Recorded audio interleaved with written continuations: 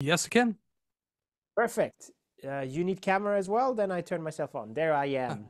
Oh, awesome. Well, thank you very much for taking time to do this interview. Yes, sure. I had a little problem before because I have another dude having an interview right now with me, but I could push him back 45 minutes, so we're good to do it. Ah, cool. Well, I'm glad we are able to do this. This is an interview I've wanted to do for quite a long time, and it's great to be able to do that, especially with everything you personally have going on right now. And I mean, with all the bands that you're a part of, all of the work that you do on your YouTube videos and touring, of course, as well too. I mean, a huge part of why we're talking right now is upcoming Septicflesh tour throughout North America. It's great to see you guys coming back here and on such an amazing bill as well too. Absolutely. It's good to come back finally, It's our first US tour, I think since 2019, so everything before COVID. Unfortunately, we couldn't make it to happen like earlier because we tried to have a tour last year, but unfortunately the costs were so ridiculous and we couldn't find a proper, package where we would say, okay, it's cool to go over to the States. But finally we have the chance to do it now, and it's just funny with my old band Decapitated having a co-bill tour, so spending like 4 to 5 weeks with my old dudes. It's gonna be awesome for sure. And of course, Cataclysm and Allegiance. These are also very strong bands, so I think it's gonna be a great run. Oh, absolutely. And I'm so happy it's coming to my area as well in Minneapolis, Minnesota. I mean, that's just such a great bill. And yeah, just I just imagine every night it's going to be a great time because it's such a varied bill as well too. Like no band on the bill sounds alike, and you're just getting like all these different types of death metal going on. And to me, that's just perfect being able to hear all these different varieties. Absolutely, I think this is actually the intention to have a similarity in a way that we all play death metal, but it's all different. You have technical death metal like Decapitated plays, and then you have the symphonic stuff that Septicflesh has, and Cataclysm is more, I would say, a live band, with like almost like hardcore vibes to it. And the Legion also like a very modern sounding band and phenomenal musicians. So I'm really looking forward, and it's great because I think we can gather fans, new fans, every one of us, because I hope all of us, will bring their fan base, and together we'll have a bigger crowd and have a big party. Oh, absolutely. And you guys definitely deserve it as well. I've seen you guys about like 4 or 5 times Oh, over here in the States, and it's always a magnificent time. And all the bands on the bill I've gotten to see too, but with all the new albums that have come out and everything, and especially like you mentioned with the pandemic putting the hold on so many things for various reasons, it's just great to see like with all the new albums, all the new touring and everything that's going on. And I'm so curious about the set list as well too, like being able to hear the new material and the classic material going on. It's just got me very excited. yeah, absolutely. We haven't had the chance yet to present our new album, Modern Primitive. So this is the first time to come back to the stage with the new material. So definitely we want to have a set list that is a mixture of new songs, and of course we have to play some of the hits. We haven't decided yet what exactly we're gonna perform, but for sure we want to have a good mix so that you hear new stuff and also old stuff. Oh yeah, and along with that touring as well too. I mean, of course, with coming over to North America, you also have some awesome touring coming up with Equilibrium as well. I mean, that seems like an amazing bill as well. Exactly. So, yeah, we just announced our European tour. Um, this time with Equilibrium, I would say it's a different step because we used to play with more old school sounding bands, but Equilibrium is definitely has now a more modern touch. And again, we're aiming to have different fans coming to our shows just to expand a little bit. And I'm sure for Equilibrium it's the same. It will be good to have Septicflesh fans checking them out. So yeah, really looking forward for this year. Finally, it's coming back to some sort of normality. We have a US tour once in a year, then we have some summer festivals, and afterwards a European tour. like it used to be, right? But for us, it has been a bit slow, because of the pandemic and all that stuff. But I'm very really happy, and I'm absolutely looking forward to both tours. So with that in mind, I mean, especially when it comes to a band like Septicflesh, like what is it like for you to be able to like prep up for a tour like that, make sure that you're in condition, make sure everything's going in the right direction? The thing is, I live in Austria and the bandmates are living in Greece. And some people would think that I would probably fly each time to Greece for rehearsals, but the truth is that that would be a bit too complicated and too expensive also. So we are really good at the fact that we are practicing on our own. We play everything with a click track, because unfortunately the orchestra for live shows has to come from a sampler. On the album, we always get a real orchestra to record. So that means that all the songs have to be played the same, and that's why it makes sense to play with a click track. And for me, I will of course practice on my own through all the songs before heading out for a show, and the guys do the same, and we literally meet at the show on the stage. Sometimes when we have new songs which we have never performed, then I will go to Athens, Greece, and then we will rehearse for 2 3 days just for the first time. But yeah, all of us are, you know, trying to prepare for that by practicing on their own. And we are trying to have some little upgrades here and there. Um, let's say add a bit more lights to our show. So yeah, it's small things like these. And I think that's why you guys sound so crushing live, is making sure that everything does sound as good as it does on the record, playing with the click track. I know some people find that very sterile, but I think it's a really good way to make sure that everything is on point and nothing gets flubbed up live. Like if you know where everything starts, ends, and any breaks in between in the songs, you know what you're doing, and you're going to make sure that you can put out the best possible experience live. Absolutely. And I feel like nowadays, specifically for modern metal, or which is a bit more technical, you have to play with a click track. I think you have the majority of bands are playing with click tracks, and it just helps you to, yeah, be consistent. And for me as a drummer, it is such a nice feeling, or almost a relief, that I have a click track, because then there's not going to be any discussions like, hey, that was too fast or too slow, because you just have something to hold on to. Um, and you don't have to think too much about the tempo. You still have to perform well, of course, but at least one thing, thinking of the right tempo, that thing you pass on to the metronome, and you can really focus on trying to play along, all the orchestral parts into the click track, and just enjoy the show. So, kind of going into your YouTube channel, kind of going off of that, when you're doing covers on your channel, do you create your own click track when it comes to that, or do you just play the songs in your head or through the headphones and being able to just play along with that, or how do you go about that? Yeah, I tend to pick songs which were recorded without a click track, which is a bit of a nightmare. But some of the songs that I really enjoy are from that area where people were not really using a click track, or it was changed, it was changing with every riff. So I still need a click track to hold on to, even when doing the covers.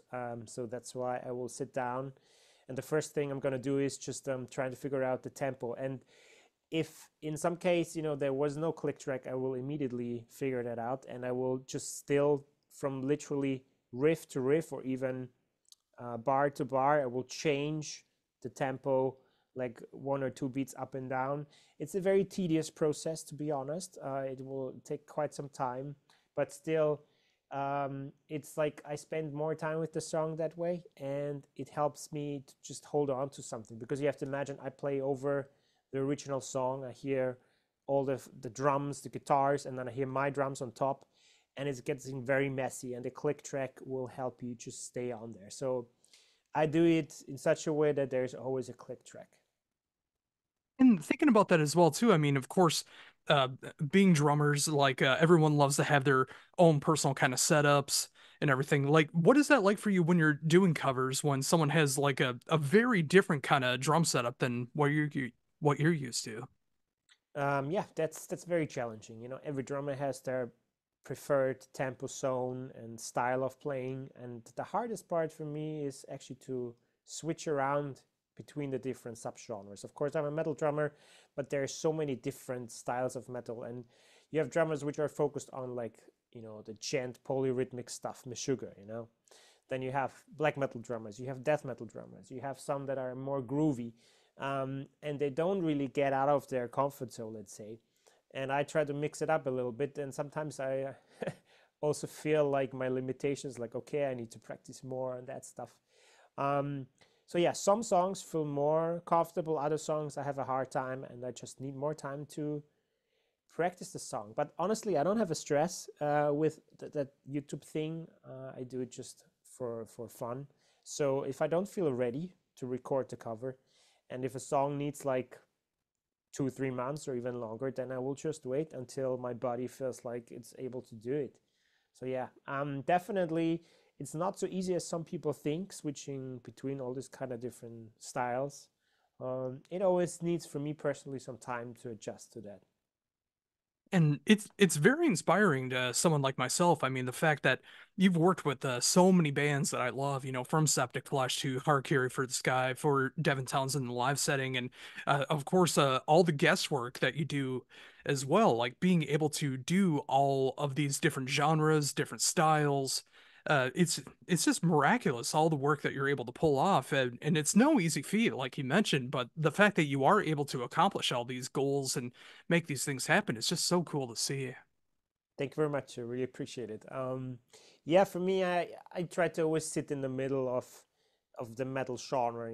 Just pick a little bit of blast beat, pick a little bit of faster double kick, some groove. I cannot play everything, obviously. I have my limitations, but I try to just experiment a little bit. And by also being a session drummer, and sometimes you get pretty crazy requests. You get some alien drums to record, and then you're like, okay, I have to tell to the guys that it's impossible to play, but I will try to come up with something that sounds like Krimh and it's close to what you want, but make it more human. I feel like that's also a good exercise to just get better as a musician. But yeah, so I never wanted to be categorized as just the death metal drummer or just playing, polyrhythmics. So I'd rather have a little bit of everything. Absolutely. So thinking about that, like, is there any particular examples of like those situations where it feels like it's something that you can't play, but you want to be able to put your own spin onto it? Yeah, that happens most of the time for session work when things are pre-programmed, like for demos. Usually I get MIDI drums, and I use those as an inspiration. Sometimes they have really cool ideas, but most of the time it's just either too boring or just too unhuman to play. With my own bands, it looks a little bit different because I am involved in the songwriting as well, and I usually make all the demo drums myself on electronic drum set, and so that's why I will have, of course, more freedom to, and definitely will choose stuff that I feel more comfortable to play. Oh, that's so great to hear. And yeah, you mentioned the electronic kit. Like I'm looking at it behind you, and it just looks so comfortable to play too. I mean that's got to be just a great feeling that you're able to do all these recordings from home, being able to practice from home, being able to workshop everything that you need to. Yeah, the electronic drum set, let's put it this way, I have a little bit of love-hate relationship with it. Even, I mean, it's convenient because it never gets out of tune. And it's still loud, so for a flat, or it's still not 100% the best option. You have to do some uh, um, isolation for the floor. But it's great to record some demos. You can record straight to MIDI notes. However, the feeling is different. Everything is smaller. The rebound is way higher than on a real drum set. So I personally prefer to play on real drums. I just use it as a tool, right? So I would also say it's better to, if you have the chance, to always play on an acoustic drum set, because there are the actual real dynamics happening. You have to work harder. There is more, like, you don't have so much rebound and the distances are further. But yeah, the electronic drum set has its conveniences. Like I said, you can quickly record something without messing up the tuning, or just having shits lot of files, big files, audio files. Oh yeah, and of course, with your real kids, I mean, the fact that several months ago, people have been able to play your own kids through electronic drums. I mean, it's so cool to see that you were able to get your kid out there and make it sound as great as it does. Like I even downloaded it myself, and I just love the sound that's coming off of it. Like, what was it like to put that together? Yeah, it was pretty cool that Jens Bogren offered me that possibility to do so. So actually, it's the same sound, drum sound that we have on Modern Primitive, because it happened right after this recording session. We just finished the last song, and Jens was like, "Okay, we have like 2 days left. Are you interested in making maybe a signature Krimh drum library?" And I was like, "In 2 days? Yeah, let's give it a shot." So it was kind of an experiment, and we didn't know if it will work. So we just sampled a beautiful Tama Star set in Sweden at Studio Fascination Street Studios. It's also called Studio Gröndal in Stockholm. Beautiful room, great drum set, and I did all the tuning. I hit every note you hear. I hit it myself, like 14 hours, a whole day just sampling, which I had nightmares afterwards. Um, and it took, I think, around 2 years to finish it with all the programming and stuff, because it was still a new experience for Jens as well and the whole Bogren Digital team. But I'm very grateful for that possibility, and the response is great. I just recently talked with Jacek, who is the main guy at Bogren Digital, and the numbers are awesome. Like it's spreading quite a lot, and people love it. And I personally love it because it has its own character. It has its own sound. It doesn't really sound like any of the other plugins. You might like it more or you might like it less than others, but for me it was important that it's not a copycat of something else, that it's just very easy to detect once you hear a couple of hits. It's like, that must be Krimh drums. And that's exactly why I downloaded it because it doesn't sound stock. It sounds like your kits. And I've always been a huge fan of the sounds that you're able to get, no matter what kit you're playing. And the fact that you're Absolutely. able to capture that off of Modern Primitive is just so cool because the drum production on that album is just so bombastic and it just fits so perfectly with the album. And it's just great to see that there is such great reception to it because those drums sound amazing and getting all the work done the way that it has. I mean, especially with how much work it really goes into, tuning and making sure everything's in the right spot and going into different studios and everything else. Like, you want to make sure it's going to sound the best that it can, and it really does on this.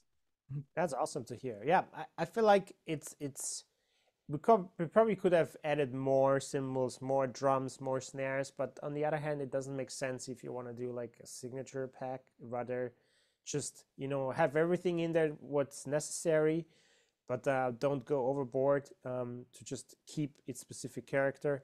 And yeah, the experiment really worked out well, and I think Jens and is as happy as I am with it, because he also uses it in many of his productions, like to boost some of the drum sounds. If he gets recordings where the drums are not that well recorded, he can add a little bit of the Krimh drum samples just to beef it up. And as you said, it's a bombastic sound, and exactly this is what we were aiming for. So, thinking about that as well too, like for like right now, like how are you feeling about your current setup? I mean, is it just like working the way that you wanted to? Do you feel like you need to add or eliminate anything? I'm not a guy that really changes a lot. I think I found my setup. I might add one tiny symbol here and there, but in the end, it's a very symmetrical setup. I don't really change too much because I feel comfortable with it. It's, as I said, symmetrical. So if you would split it in half, you have like a floor tom on each side. And the reason is that I don't have to rotate too crazy. And for me, I'm always aiming to some sort of balance and like a healthy posture, especially as I get older.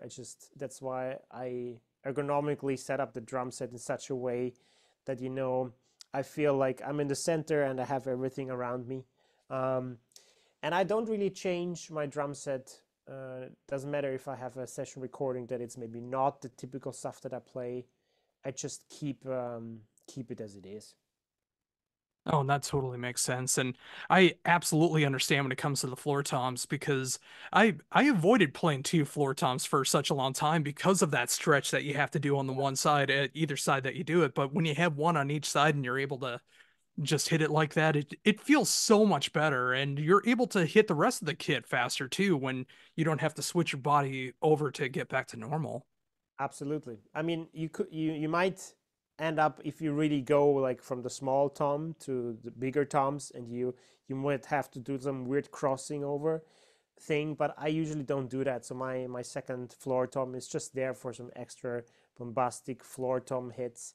Um, and otherwise, it's just a standard drum set. We have like two toms on the front, one floor on the right. I play two kicks, a snare, and I have another floor tom on my left side. And the funny thing is, quite a lot of drummers in my genre have the same setup. So yeah, I found it pretty easy once we have to share. And in this case, for this tour that comes up, the Cancel Culture Tour, James Stewart, phenomenal drummer, and who plays now in Decapitated. We have the same setup, literally. Like he plays Tama drums, me too. He has the same configuration.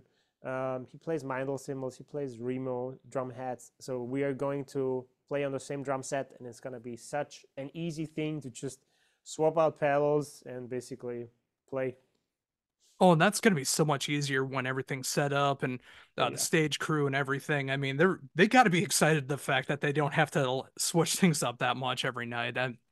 But No, yeah, I imagine for you and James as well too. I mean, very similar kits, like you mentioned, and I love watching his work as well too. And I've noticed that, obviously little bits of differences, but enough to make it work out for something like that. So it's cool to see that you guys are going to be sharing a kit like that. yeah. As long as he's not a left-handed drummer, because that's always a pain in the ass. But he's right-handed and he plays exactly the same thing. It's just tiny, tiny adjustments, but it's gonna be an easy thing, especially with having the same setup. Oh, so cool. So yeah, I mean, obviously, again, like we covered a lot of awesome stuff that's coming up this year when it comes to touring. A little bit on the recording and practicing process and all that stuff. After the upcoming tours, is there anything else planned so far in 2024? Anything that you're working on recording wise, or is that still in the works? It's still in the works. We here and there get some festivals still confirmed for the summer. After the tour, the European tour, I don't have anything yet confirmed, but I'm sure we will have something. Yeah, the year kind of still has started, so I guess we will have something. I don't know yet when we're gonna start writing new material, because Modern Primitive has been written during COVID times, and we definitely should start to collect new material, which I think will happen also pretty soon eventually. We haven't settled yet about a specific time frame, but I guess we should start soon to get into writing mode. Yeah. Oh, very cool. And what about you personally? Like, do you have any more session work coming up, or are you just focused on the Septicflesh touring? Now we have the release from my other band, Doth. So we have the Deceivers coming out on Metal Blade Records on the 3rd of May. So that's a pretty big thing. There's a bunch of content that has to be created and being posted, obviously. And in between, I have like some drum clinics here and there. I have some cool thing coming up. I'm going to France right after the US tour to a sports lab, and we're going to have sensors on me, and we're going to check how, like double bass drumming, ankle motion, all that stuff actually looks like from my um, how to say, like from a biomechanical point of view. So it's a legit sports lab, and there's a scientist that wants to analyze the movement pattern of double bass drumming. And James Payne, the drummer of Cataclysm, has been there already, and he introduced me to that lady, and also Kevin Paradis from Benighted, phenomenal drummer, like insane.